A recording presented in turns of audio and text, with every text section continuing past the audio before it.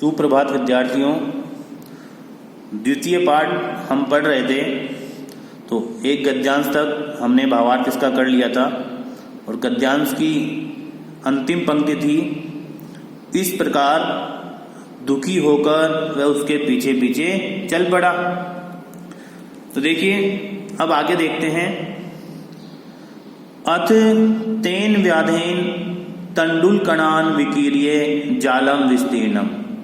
अथ इसके बाद तेन व्याधेन उस शिकारी के द्वारा तंडुलकणान चावल के कणों को विकीर्य फैलाकर जालम विस्तीर्णम जाल फैलाया गया। इस प्रकार उस शिकारी के द्वारा चावलों के कणों को फैलाकर जाल फैलाया गया। सैचे और वह प्रछन्नो भूत्वा स्थिते छिपकर बैठ गया। और वह छिपकर बैठ गया। कौन बैठ गया छिपकर? शिकारी छिपकर बैठ गया। तो इसके बाद उस शिकारी के द्वारा चावल के कणों को फैलाकर जाल फैलाया गया और वह छिपकर बैठ गया। तस्मिन् एव काले चित्रग्रीव नामा कपोतराजः स परिवारो वियति विसर्पन् तान तंडुलकणान अवलोक्यामास। अवलोक्यामास और ब्रैकेट में लिखा हुआ है अपश्यत, दोनों का मतलब एक ही होता है। तस्मिन् एव काले उसी समय में चित्रग्रीव नाम का कपोतराज है, कबूतरों का राजा, स परिवारो परिवार के साथ, वियति विसर्पन आकाश में उड़ता हुआ, तान तंडुलकणान अवलोक्यामास उन चावलों के कणों को देखा।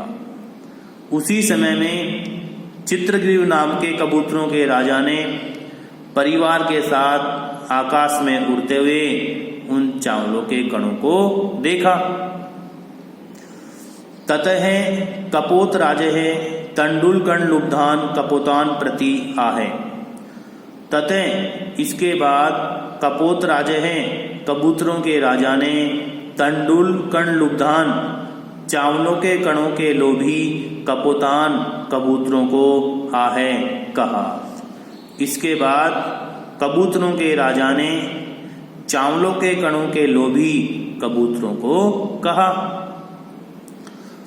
कुतः अत्र निर्जने वने तंडुलकणानाम संभवे। अत्र देखिए कुतः को लेंगे बाद में। अत्र यहाँ निर्जने वने, निर्जन वन में अर्थात सुनसान जंगल में।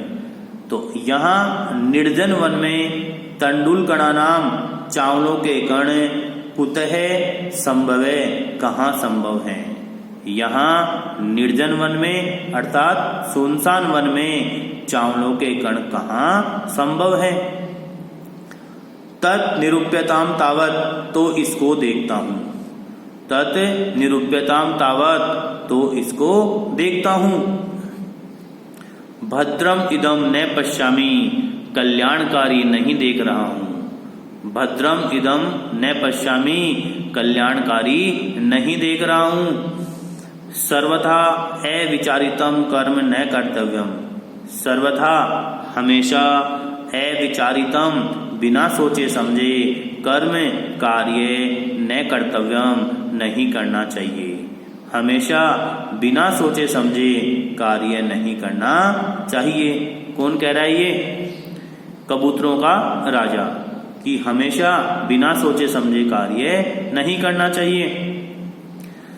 एतत् वचनम श्रुत्वा कश्चित् कपोतः स दर्पम आहे। एतत् वचनम श्रुत्वा यह वचन सुनकर कश्चित् कपोतः स दर्पम आहे। कश्चित् किसी, स दर्पम घमंड से युक्त, कपोतः कबूतर ने, आहे कहा। यह वचन सुनकर किसी घमंड से युक्त कबूतर ने कहा। देखो कोष्टक में एकत्यत लिखा हुआ है, तो इसका मतलब ही होता है कहा और आह का मतलब भी होता है कहा।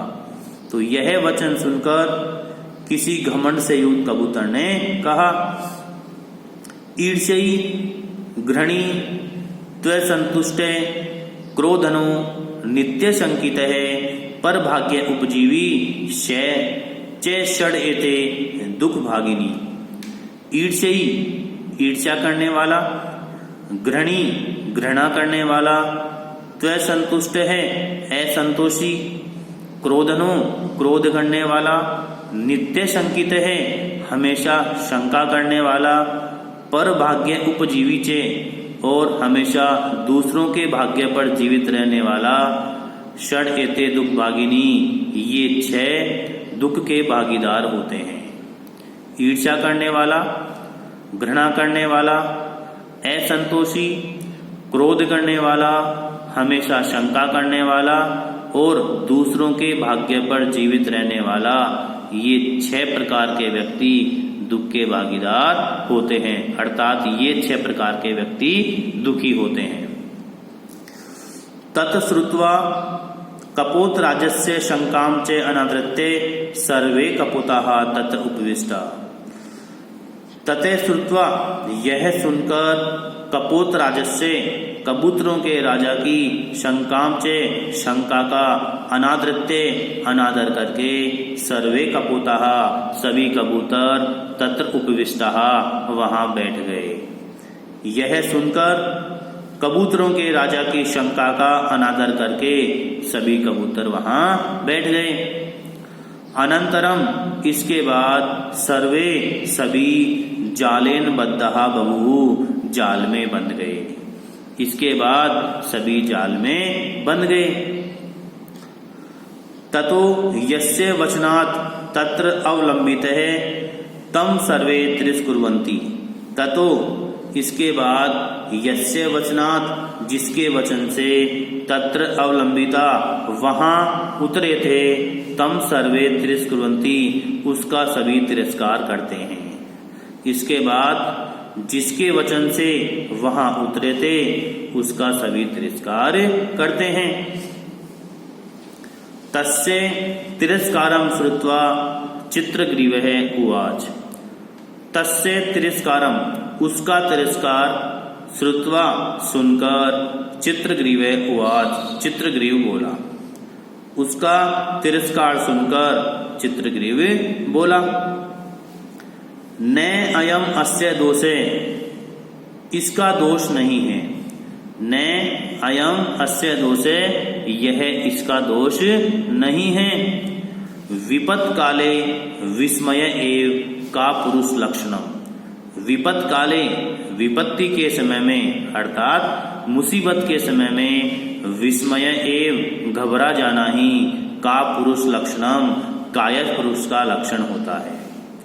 विपत्ति के समय में या मुसीबत के समय में घबरा जाना ही कायर पुरुष का लक्षण होता है। तत् अत्र धैर्यम अवलंब्य प्रतिकारः चिंत्यताम्। तत् अत्र तो यहाँ धैर्यम अवलंब्य धैर्य का सहारा लेकर प्रतिकारः चिंत्यताम् उपाय सोचना चाहिए। तो यहाँ धैर्य का सहारा लेकर उपाय सोचना चाहिए। इदानीम अपि एवं क्रियताम अब भी ऐसा कर सकते हैं। इदानीम अपि एवं क्रियताम अब भी ऐसा कर सकते हैं। अब देखिए कबूतरों का राजा क्या बताते हैं उनको। सर्वे एक चित्ती भूये जालम आदाय उड्डीयताम। सर्वे सभी को एक चित्ती भूये एक मत होकर जालम आदाय जाल को लेकर उड्डीयताम उड़ जाना चाहिए। सभी को एक मत होकर जाल को लेकर उड़ जाना चाहिए। इति विचिन्त्य सर्वे पक्षिणः जालम आदाय उत्पतिताः। इति विचिन्त्य ऐसा सोचकर सर्वे पक्षिणः सभी पक्षी जालम आदाय जाल को लेकर उत्पतिता उड़ गए। यह सोचकर सभी पक्षी जाल को लेकर उड़ गए। अनंतरम इसके बाद स व्यादः वह शिकारी सुदूरात दूर से जाल उपहारकान जाल को लेकर उड़ते हुए तान अवलोक्य उन कबूतरों को देखकर पश्चात धावनम अकरोत उनके पीछे पीछे दौड़ा। इसके बाद वह शिकारी दूर से जाल को लेकर उड़ते हुए उन कबूतरों को देखकर उनके पीछे पीछे दौड़ा। ततः तेषु चक्षु विषये अतिक्रांतेषु पक्षिषु स व्याधो निवृत्ते। ततः इसके बाद तेषु चक्षु विषये अतिक्रांतेषु पक्षिषु, उन पक्षियों के आंखों से ओझल हो जाने पर स व्याधो वह शिकारी निवृत्ते लौट गया। इसके बाद उन पक्षियों के आंखों से ओझल हो जाने पर वह शिकारी लौट गया। अतएव उच्यते, अतएव इसलिए उच्यते कहा जाता है, इसलिए कहा जाता है। अल्पानाम अपि वस्तुनाम संहति ही कार्ये साधिका त्रणै गुणवत्वम आपन्नै बध्यन्ते मद्दन्तिनः। अल्पानाम अपि वस्तुनाम, कम वस्तुओं का संहति संगठन भी कार्य साधिका कार्य को संपन्न करने वाला होता है। अर्थात कम वस्तुओं के संगठन से भी कार्य संपन्न हो सकता है। त्रणै तिनकों के गुणवत्वम आपन्ने, गुणवत्व को प्राप्त करने पर बध्यन्ते मद्दन्तिने, मदमस्त हाथी को भी बांधा जा सकता है। तिनकों के गुणों को प्राप्त हो जाने पर अर्थात गुणवत्व को अपनाने पर मदमस्त हाथी को भी बांधा जा सकता है। अर्थात तिनकों से रस्सी बनती है और रस्सी से हाथी को बांधा जा सकता है। तो इसलिए कहा गया है कि कम वस्तुओं के संगठन से भी कार्य संपन्न हो जाता है। अर्थात कम वस्तुओं का संगठन भी कार्य को संपन्न करने वाला होता है। जिस प्रकार तिनकों के गुणवत्व को प्राप्त करने पर मदमस्त हाथी को भी बांधा जा सकता है। तो स्टूडेंट्स, ये आपके द्वितीय पाठ का भावार्थ था, तो इसका आपको अच्छे से रिवीजन करना है। ओके, धन्यवाद।